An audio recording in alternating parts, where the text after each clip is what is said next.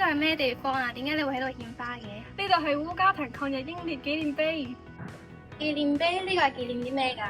呢度係為咗紀念抗日時期為保衛香港而犧牲嘅抗日游擊隊隊員同埋烏蛟騰村嘅村民而興建嘅。當時發生咗啲咩啊1941年嘅聖誕節，日軍佔領香港。喺呢段黑暗嘅時期，有好多愛國嘅人士積極投身喺抗日活動入邊。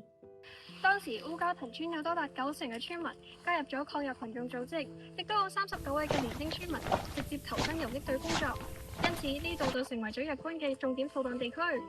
咁之後呢條村發生咩事啊？1942年9月，日軍包圍烏蛟騰村，強迫村民繳械並且交出游擊隊隊員嘅身份。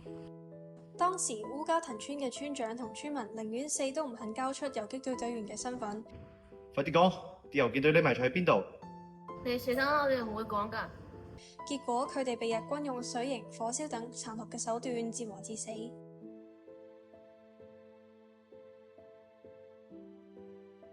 佢哋都係香港嘅無名英雄，佢哋嘅勇氣值得我哋永遠記住。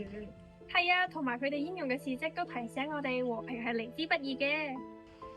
希望以後唔會再有戰爭啦。